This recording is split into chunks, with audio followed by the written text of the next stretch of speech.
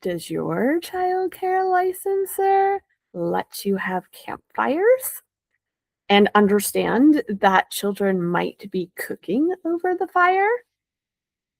Are children able to play in nearby shallow bodies of water? Can they forage for food?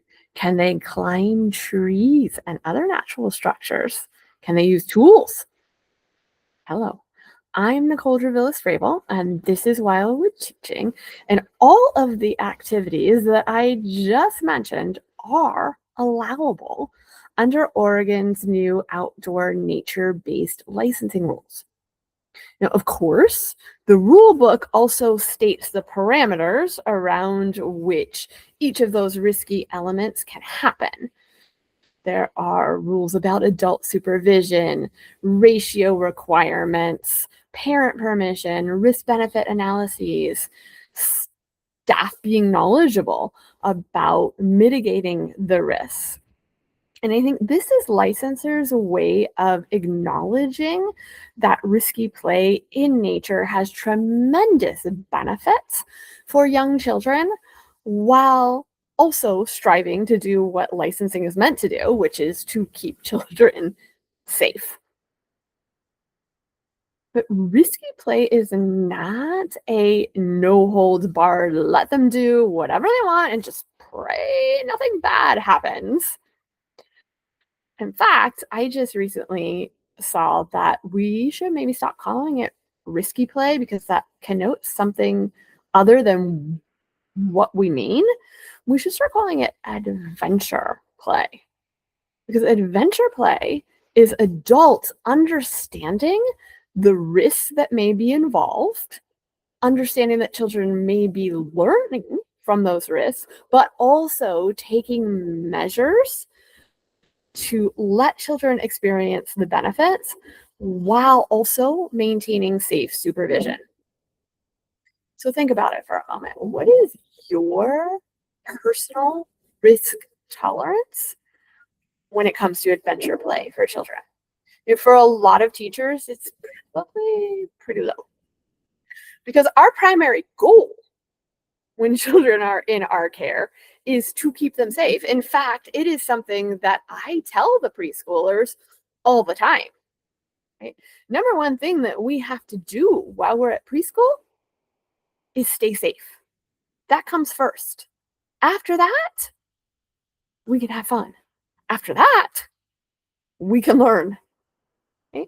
Because we can't do anything else if we aren't being safe. But that doesn't mean that I don't allow them to take risks. It means that I'm aware of the environment that we're in. I'm aware of each child's capabilities. I'm also aware of my comfort and my ability to step in if a problem arises. And then I am also teaching the children how to do these risk assessments for themselves and to know the environment and to know their own capability and to know where the teachers are if they need them. And so you might need to work up your risk tolerance. I had to do that. Everybody has to do that. There are still things that I'm personally not comfortable with that other teachers that are in forest schools do all the time. It took me about 10 years of teaching outside before I was comfortable having campfires with children, and another year or two after having campfires before I was comfortable having children cook over the campfires. I had to do a lot of research, right? I had to feel confident in my own ability to understand the risk involved, to manage the risk involved, and to know what I was going to teach children as I was introducing this new activity. So if you're not quite ready for campfires yet, don't worry. According to Ellen Bates-Sandster, who is Norwegian, there are 8 areas of risky play. All you have to do is choose one and start there at a level that you feel like you can manage. and then you can gradually add more. So I'm going to go through the 8 types of adventure play. Um, the first one is play at great heights. And what I want you to keep in mind here is that it's all relative, right? A pickler triangle is a great height for a young toddler. So we don't have to think about children way up in the air. If you're going to start somewhere, start on a fallen log that is sure up above the ground for children, but is nice safely within your reach so that you know that you can grasp a child if you need to, if they start to fall, that you can survive, provide spotting if a child needs spotting. And then as you and the child get more comfortable with heights, you can work your way up. Second way is play at high speeds. So that could be running down a hill, that could be riding a scooter down a hill. And again, you're going to mitigate this in different ways. So, for me here, if children are going to run down a hill, we talk about running down a hill that ends in grass, ends in soft dirt, right? Not one that ends in concrete, because that way, if you fall, you're falling onto something soft, right? And so they start to recognize their environment. This is a skill I want to teach them. If you've got riding toys, you're going to mitigate that with helmets, pads, etc. Third type of adventure play is tool use. Does not have to be your saw. You're not starting them out on a circular saw, right? So we use vegetable peelers to start off with whittling, and then you can work up to whittling with a knife if you feel like it or not, right? We'll use sandpaper to make our wood smooth. If you happen to have parent volunteers, I don't know, 5 years ago or so, I had a parent who was really into woodworking, and that was great. You're volunteering today. I will send you 1, 2 children at a time to supervise with some more complex tool use too, so that you can use the tools like hammers, screwdrivers, etc., that children can do under supervision. Number 4 is play with dangerous elements. So for us, one example of that is the campfire. That's a dangerous natural element.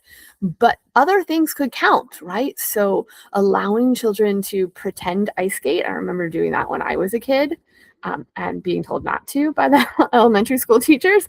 But, right, you find a frozen over puddle or frozen over patch of ground, and children pretend to ice skate on it. That's an adventure element. Number 5 is rough and tumble play, right? When children just want to be little bear cubs, right? And so we do allow this at Wildwood Nature School, but we practice parameter setting. And we do this with the children. Okay, this is what you want to do. How are we going to make it safe? What are you thinking are some rules that we have? And sometimes children will come up with, no hands. We can only bump into each other, right? And that way we're pushing each other over. We might talk about things like, how are you going to know when something crosses the line, right? You might be playing and getting excited, and it might be fun for a while, and then it gets too rough for somebody. What signal are they going to give you, right? What are we going to agree to is our signal? What are we going to do when somebody gives that signal? We're going to practice stopping right away, even if you think it's fun. So have those conversations, and involve the children. Number 6 is getting lost. Now, children are not really going to get lost. You're not going to lose any children. What that means really is that children have the freedom to explore on their own. So think about how you can set up some boundaries that allow for adults to maintain supervision while also giving children space away from adults so that they can feel like they are confidently in charge of their own adventures. Right. Number 7, playing with impact. Now, when my own children were young, they completely destroyed the stuffing in a particular beanbag chair because what they would do is they would set the beanbag at one end of the hallway, and then they would go to the opposite end of the hallway, take a running start, and just launch themselves into the beanbag, right? Tons of fun. Children might bounce right back up. Um, and the chair gave out well before they did.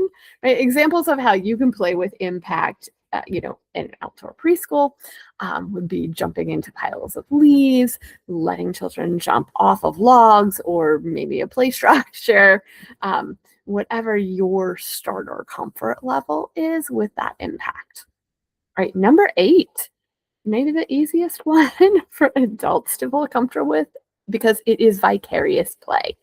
It is exactly what it sounds like. That thrill you get from watching somebody else take risks. I mean, remember Evil Knievel and watching him jump over things with his motorcycle? And so here, um, a favorite thing for children to do at Wildwood Nature School is penguin sliding, which we haven't gotten to do in the past 2 years, really, because it hasn't snowed enough. But when it snows enough, children like to slide down the hill on their bellies, right? And this play, I think, is so much fun for children because it combines a number of risky elements. Right? Because they are starting at the top of the hill and sliding down on their bellies, you've got a speed element. And when the conditions are right, repeated sliding creates kind of a luge. You get some ice going and it gets faster. So there's that faster and faster high speed. Some children like to take a running start and launch themselves into the hill. So you've got an impact, you've got even higher speeds. You are playing with a risky element if you've got ice, if you've got snow. There is always that one child that does not join in, stands at the top of the hill with a giant grin on their face, right? Never sliding, but totally narrating what all the other children are doing. Ah, yeah, Nicole, did you see? He went down on his belly. Oh my gosh, he just rolled down the hill. Right? And they are laughing and they are having the time of their lives just watching everybody else. And so I hope these 8 elements give you an entree into risky play. Right? Pick one, introduce one at your preschool day, or if you see children doing it, take a few deep breaths, maybe count to 10 literally before you step in, right? Give yourself some time to understand the environment, understand children's capabilities, understand what they might be learning by doing that, know what you can do to mitigate it, and then step in. Because, like everything else in nature preschool, it's never an all or nothing concept.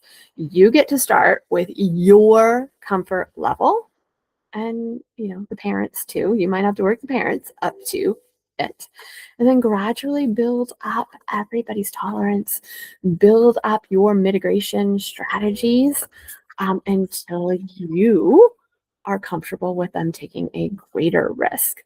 And then let me know how it goes. Comment on this video, underneath this video. Get in touch with Wildwood Teaching through our Facebook group, on Instagram, or just message me through the newsletter, because I love to know what's working for you and your preschoolers for risky play. And then join me here next week for another edition of Wildwood Teaching, when I will be talking to objections that teachers might give to teaching outside. I will see you there.